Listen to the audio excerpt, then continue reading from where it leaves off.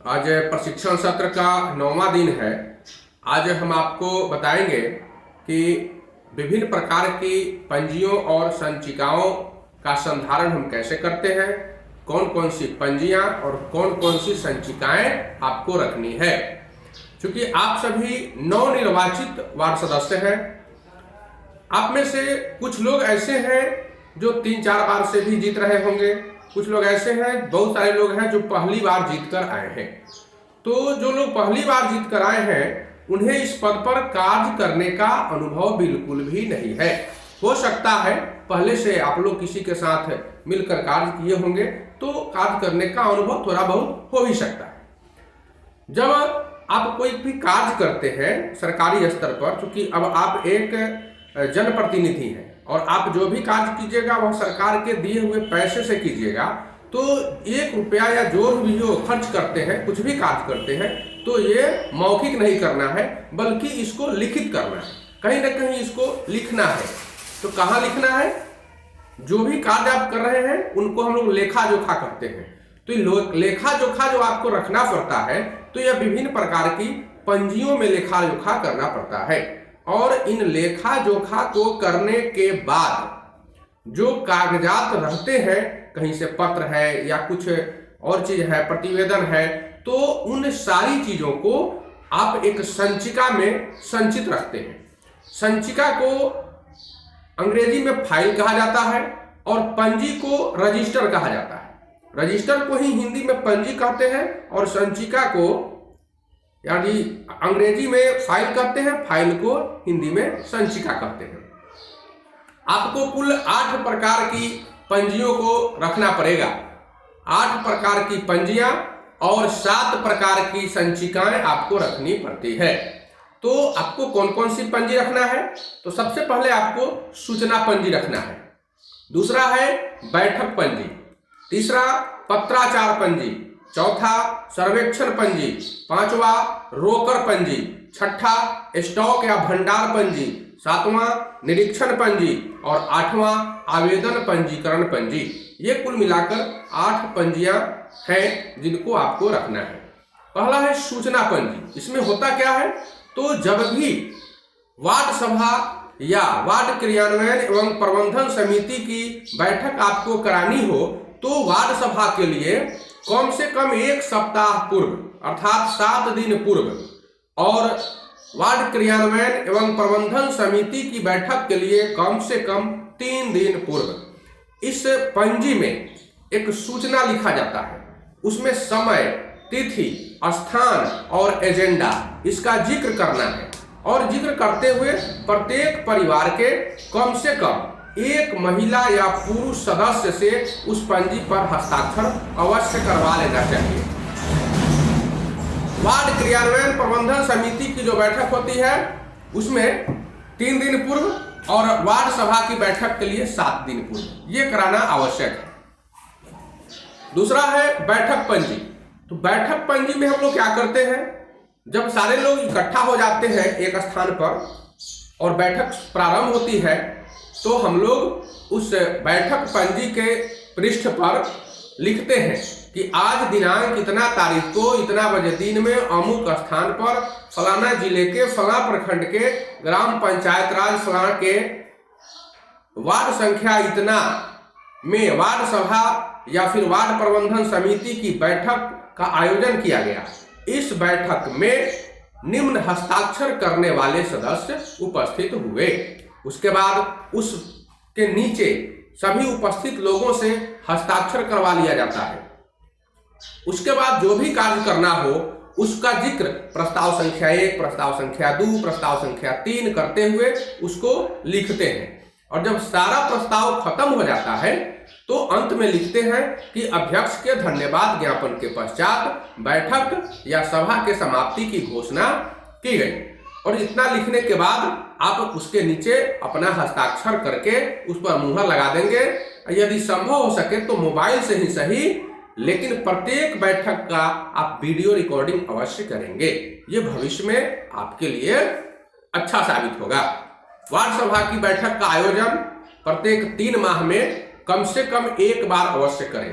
कम से कम एक बार, अधिक से अधिक तो आप 4 बार 5 बार 6 बार भी कर सकते हैं, वो आपकी इच्छा पर निर्भर करता है, लेकिन कम से कम एक बार 3 महीना में जरूर करें। अर्थात एक वर्ष में 4 बार आपको वार्ड सभा करना है, जिसकी तिथि सरकार के द्वारा क्रमशः 26 जनवरी, 1 मई, 15 अगस्त और 2 अक्टूबर को निर्धारित की गई है।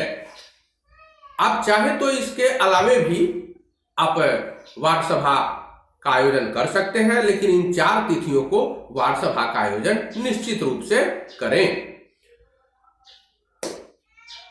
वार्ड क्रियान्वयन और प्रबंधन समिति की जो बैठक है उसको प्रत्येक माह में 1 बार अवश्य करनी चाहिए। 1 साल में 12 बार वार्ड क्रियान्वयन और प्रबंधन समिति की बैठक अवश्य करें। उसके बाद है पत्राचार पंजी। तो पत्राचार पंजी है, इस पंजी में पत्रांक, दिनांक, विषय तथा जिस पदाधिकारी को आप पत्र लिखते हैं या जिस पदाधिकारी से आप पत्र प्राप्त करते हैं उसका विवरण लिखना होता है। अंतिम कॉलम अभियुक्ति का कॉलम होता है। इसमें आप जो कुछ ज्यादा आवश्यक है उसको लिख सकते हैं। आप सामने देख सकते हैं कि यहाँ पर एक पंजी का हम नमूना दे रहे हैं। इसमें आप इस तरह का व्यवस्था कर सकते हैं, ऐसा ही लिखते हैं। अगला है सर्वेक्षण पंजी। सर्वेक्षण पंजी होता क्या है? तो चूंकि आप कोई भी काम करेंगे तो इसमें वार्ड का आपको आंकड़ा इकट्ठा करना पड़ता है। आपके वार्ड में कितने लोग हैं, कितने परिवार हैं, कितने बच्चे हैं, किस उम्र के कितने लोग रहते हैं, उनका आधार नंबर क्या है, उनका मोबाइल नंबर क्या है, किस परिवार में कितने सदस्य हैं, कितने वृद्ध हैं, इन सब की जानकारी आपको जरूर चाहिए। क्योंकि बार बार नई नई योजनाएं चलाई जाती हैं, तो हर बार नई नई योजना आएगी और बार बार आप वार्ड में घूम घूम कर सर्वेक्षण करेंगे तो यह आप एक सफल वार्ड सदस्य का कार्य नहीं है। इसलिए आप एक पंजी अवश्य रखें जिसको सर्वेक्षण पंजी नाम रखेंगे, और इस पंजी में आपके वार्ड क्षेत्र में निवास करने वाले प्रत्येक परिवार का विवरण अंकित करना है। एक बार जब आप तैयार कर लीजिएगा तो आपको किसी भी कार्य के लिए उसका विवरण भरने के लिए बार बार प्रत्येक घर में जाने की आवश्यकता नहीं है, हर बार लोगों से पूछने की आवश्यकता नहीं है। यह पंजी भविष्य में बड़े काम की चीज साबित होगी आपके लिए। इसमें निम्न कलम को भरना पड़ता है। जो कलम सब है देख रहे हैं, तो ये सारे कलम को आप भरेंगे और तब आपका सर्वेक्षण पंजी तैयार हो जाएगा। अगला है रोकर पंजी। अंग्रेजी में इसे कैश बुक कहते हैं। आपको मुखिया जी की ओर से ग्राम पंचायत के विकास फंड से जो कुछ भी रुपया आता है और आपके द्वारा किसी भी कार्य में जो रुपया खर्च होता है, तो उन सारे लेखा जोखा को, सारे पैसों के लेखा जोखा को, चाहे वह आय हो या फिर व्यय हो, तो इस लेखा जोखा को हम लोग जिस पंजी में लिखते हैं उसे रोकर पंजी कहा जाता है। यह पंजी छपी छपाई दुकानों में भी मिल जाती है। न मिलने पर आप नया रजिस्टर खरीदकर और उसमें भी रोकर पंजी बना सकते हैं। जब आप किसी भी कार्य को प्रारंभ करते हैं तो निश्चित रूप से बैंक से लेन और देन दोनों होता है, तो इसमें आपको तारीखवार दोनों लिखना पड़ता है। समस्त आय और व्यय का विवरण आपको इस पंजी में लिखना है। इसमें दिनांक, चेक संख्या, राशि, शेष राशि, आय या व्यय, इसका विवरण लिखना है। इस कार्य में आपकी सहायता करने के लिए ही आपके पंचायत में लेखापाल की नियुक्ति की गई है। आप उनसे भी इसकी मदद ले सकते हैं। क्योंकि रोकर पंजी में कैसे लिखा जाएगा तो आप लेखापाल से जब जाकर पूछेंगे या फिर नहीं समझ में आता है तो आप उनसे समझेंगे, निश्चित रूप से वो आपको बताएंगे। वो पदाधिकारी इसी के लिए नियुक्त किए गए हैं, वो आपको बताएंगे कि रोकर पंजी कैसे लिखा जाता है। अगला है स्टॉक या भंडार पंजी। आप काम करने चले हैं, आप नाला बनवाएंगे, सड़क बनवाएंगे, नल जल का काम कराएंगे, उसकी मरम्मती का कार्य कराएंगे, तो आपको सीमेंट खरीदना होगा, बालू खरीदना होगा, गिट्टी खरीदना होगा, छड़ खरीदना होगा, या फिर आपको पाइप खरीदना होगा, नल खरीदना होगा, बहुत सारी चीजें आपको खरीदनी पड़ेगी, ईंट खरीदना होगा। तो इन सारी चीजों को जब आप खरीदते हैं तो कितना खरीदे, कितना आपका खर्च हुआ और कितना शेष बचा हुआ है, ये विवरण भी एक पंजी में लिखा जाता है। जिस पंजी में इस विवरण को लिखते हैं उस पंजी को स्टॉक पंजी या भंडार पंजी कहा जाता है। अगला है निरीक्षण पंजी। निरीक्षण पंजी क्या होता है? तो जब आप काम कर रहे हैं, आपके द्वारा कोई कार्य आपके वार्ड में कराया जा रहा है, तो उस कार्य की जांच करने के लिए और देख रेख करने के लिए समय समय पर कार्यस्थल पर लेखापाल, पंचायत सचिव, कनीय अभियंता, प्रखंड विकास पदाधिकारी या फिर प्रखंड पंचायती राज पदाधिकारी आते रहते हैं। तो जब भी कोई अधिकारी कार्यस्थल पर आए तो आप तुरंत निरीक्षण पंजी ले जाएं और उस निरीक्षण पंजी में उन पदाधिकारी से उनका मंतव्य जरूर लिखवा लें। मंतव्य का मतलब होता है कि कार्य कैसा चल रहा है, कार्य में कुछ सुधार की आवश्यकता है, ये सब उसमें लिखवाया जाता है। क्योंकि वो खुद ही लिखते हैं, वो जानते हैं कि जब भी आते हैं तो ये लिख देंगे कि बहुत अच्छा कार्य हो रहा है, ऐसा संभव नहीं है, क्योंकि उनके ऊपर भी पदाधिकारी है। इसलिए वो जब भी आएंगे ना, आज में थोड़ा सा मीन में निकाल देंगे। कभी कहेंगे ईटा साफ नहीं है, कभी कहेंगे बालू साफ नहीं है, इसको बालू को और अच्छा बनवाइए, कभी कहेंगे इधर से थोड़ा सा कोर टूट गया है, इसको बनवा दीजिए। तो इस तरह से कुछ भी थोड़ा बहुत लिख कर वो चले जाते हैं। ये उनका काम होता है, ये औपचारिकता है, इससे घबराने की बात नहीं है। ये आपका शिकायत नहीं है, ये उनकी औपचारिकता है। जब भी आएंगे तो उन्हें कुछ न कुछ अपना मंतव्य लिखना ही पड़ता है। तो आप लिखवा लें और उसके नीचे उनसे हस्ताक्षर अवश्य करा लें। अगला है आवेदन पंजीकरण पंजी। यह पंजी भी आपके लिए बड़ा महत्वपूर्ण है। आपके वार्ड क्षेत्र में बहुत सारे लोग समय समय पर कुछ कार्य को लेकर, कुछ फॉर्म को लेकर आपके यहाँ उस पर हस्ताक्षर कराने आते हैं। तो जिस पेपर पर भी आप हस्ताक्षर करें, हस्ताक्षर करने के बाद प्रयास करें कि उसका एक फोटोकॉपी यानी उसकी एक छाया प्रति आप अपने पास रख लें।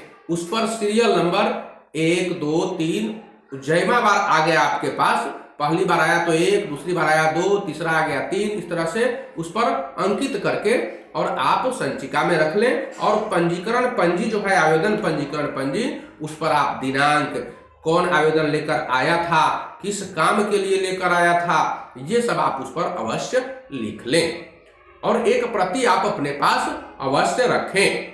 तो ये है आवेदन पंजीकरण पंजी। इसके बाद आपको 7 प्रकार के फाइल अर्थात संचिकाओं का भी संधारण करना पड़ता है। एक चीज अवश्य ध्यान में रखेंगे कि आप जो 8 प्रकार की पंजियों को बना रहे हैं, तो ये रजिस्टर जो आप खरीद कर ला रहे हैं बाजार से, सादा रजिस्टर, तो उसके प्रथम पृष्ठ पर रजिस्टर जो होता है उसके पहले पृष्ठ पर आप अपने पंचायत के पंचायत सचिव से यह लिखवा लें कि प्रमाणित किया जाता है कि इस पंजी में कुल इतने पृष्ठ हैं, और लिखवाकर उनसे हस्ताक्षर करवा लें। अर्थात वो प्रमाणित कर देंगे कि आपकी पंजी सही है और जो कुछ भी वैध कार्य आपके द्वारा किया जाएगा उसका लेखा जोखा इसी पंजी में रखा जाएगा। तो ये पंजियों का कार्य है, ये जरूर करा लें आप। तो संचिकाओं की बात हम कर रहे थे। अब हमें कुल 7 प्रकार की संचिकाओं को रखना है। संचिका का मतलब होता है फाइल।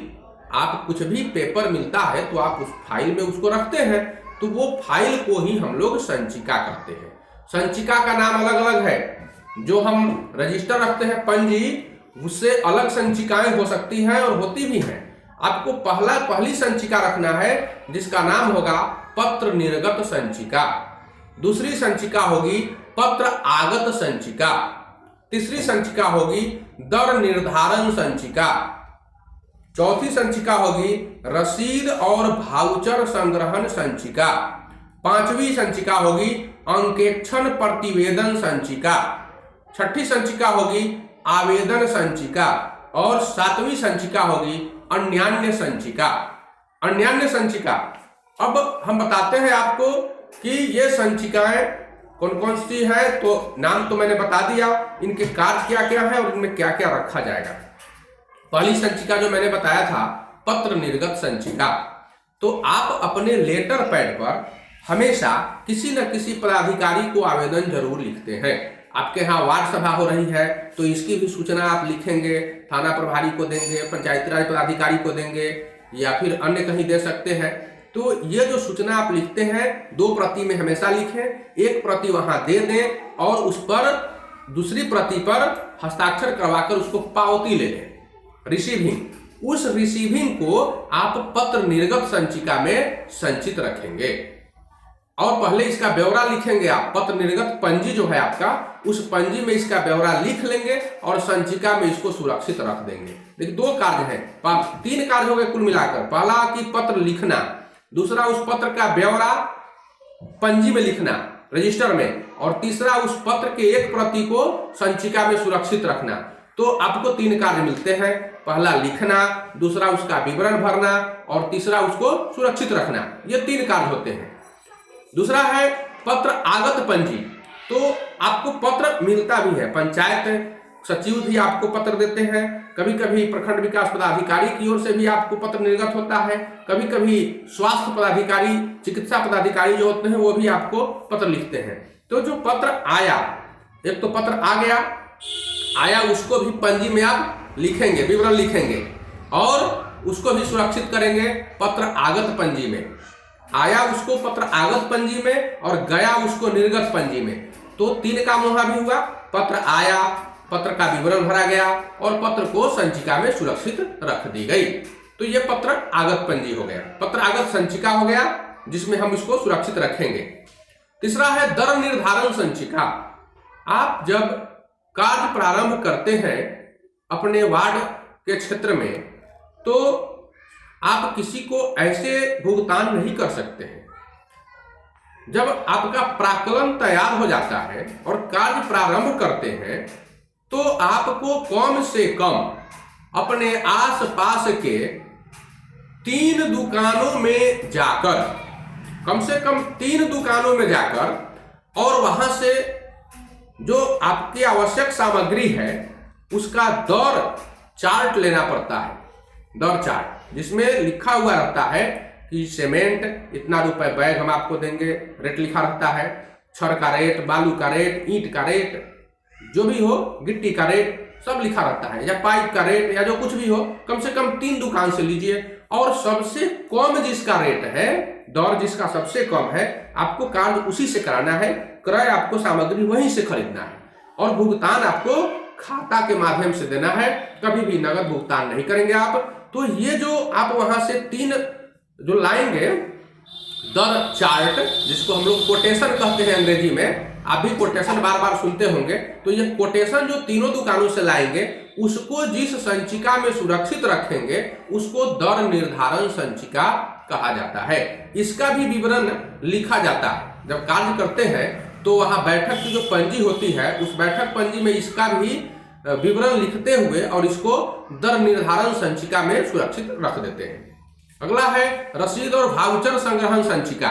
ये जब आप काम कराने लगते हैं और सामान खरीदते हैं, कोई भी सामग्री आप दुकान से खरीद कर लाते हैं तो आप जाहिर है कि उसको भुगतान भी कीजिएगा और जब भुगतान कीजिएगा तो वो आपको रसीद भी देगा।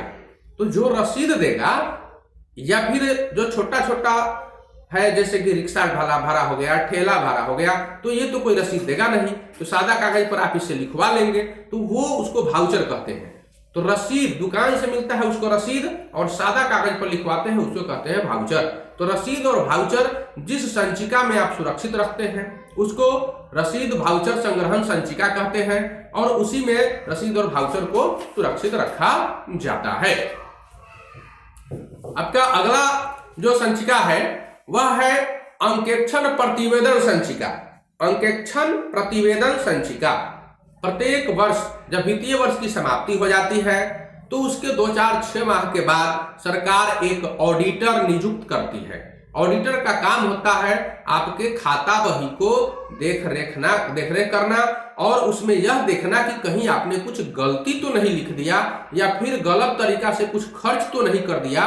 तो वो ऑडिटर आपके सभी कागजातों की मांग करता है। वह बैठक पंजी भी मांगता है, पत्र आगत निर्गत पंजी भी मांगता है, जो दिशा निर्देश आपको प्रखंड से मिलता है वो दिशा निर्देश की एक कॉपी भी मांगता है, प्राक्कलन का भी एक कॉपी मांगता है, छाया प्रति। उसके बाद रोकर पंजी जो है आप कैश बुक वो भी मांगता है। और जब सारे कागजात को आप उनको देंगे, भाउचर भी मांगता है, रसीद और भाउचर भी उनको देना है। तो जब सारे कागजात को आप देंगे तो देखने के बाद आपके पूरे खाता बही का जांच करेगा और जांचने के बाद उसको हरे कलम से उस पर वो ओके लिखकर चला जाएगा, वो सेटिस्फाइड हो जाएगा और एक प्रतिवेदन बनाता है। 2-3 पेज का एक प्रतिवेदन बनाता है कि साल में इतना इनकम हुआ, इनका इतना खर्च हुआ, इतना शेष बचा, हम काम संतुष्ट हो गए इस कार्य से। तो वो प्रतिवेदन जो बनाता है उसको कहते हैं अंकेक्षण प्रतिवेदन। तो उस अंकेक्षण प्रतिवेदन को भी आप बैठक पंजी में पहले लिखेंगे, उसका विवरण लिखेंगे और फिर उसके बाद उसको उस संचिका में सुरक्षित रख लेंगे, जिस संचिका का नाम रहता है अंकेक्षण प्रतिवेदन संचिका। तो इसको हम लोग अंकेक्षण प्रतिवेदन संचिका में सुरक्षित रख लेते हैं। अगला है आवेदन संचिका। जब आप किसी के आवेदन पर हस्ताक्षर करते हैं तो उसकी एक छाया प्रति ले लेते हैं और उस छाया प्रति का विवरण आवेदन पंजीकरण पंजी में लिखकर और उस आवेदन पत्र के छाया प्रति को आप जिस संचिका में रख देते हैं सुरक्षित, उसको आवेदन संचिका कहते हैं। अंतिम है अन्यान्य संचिका।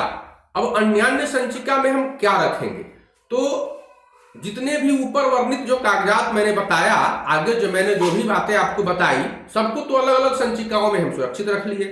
अब इस अन्यान्य संचिका में क्या रहेगा? तो आपका बैंक का पासबुक होता है ना, तो ये पासबुक है, विभिन्न प्रकार के जो कार्य कर रहे हैं तो सादा सादा फॉर्म होता है जिसको सादा प्रपत्र कहते हैं। तो सादा प्रपत्र है, मापी पुस्तिका है जिसको हम लोग एमबी कहते हैं, ये सब इस संचिका में सुरक्षित रखे जाते हैं।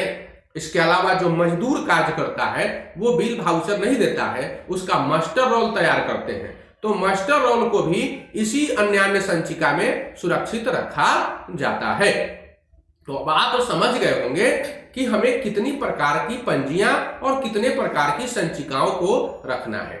यदि आप इतना कार्य को सिलसिलेवार ढंग से पूर्ण करते हैं तो कोई भी व्यक्ति या कोई भी पदाधिकारी कभी भी आपका बाल बांका नहीं कर पाएगा। आप हमेशा एक सशक्त, निर्भीक और सुरक्षित वार्ड सदस्य बने रहेंगे। धन्यवाद।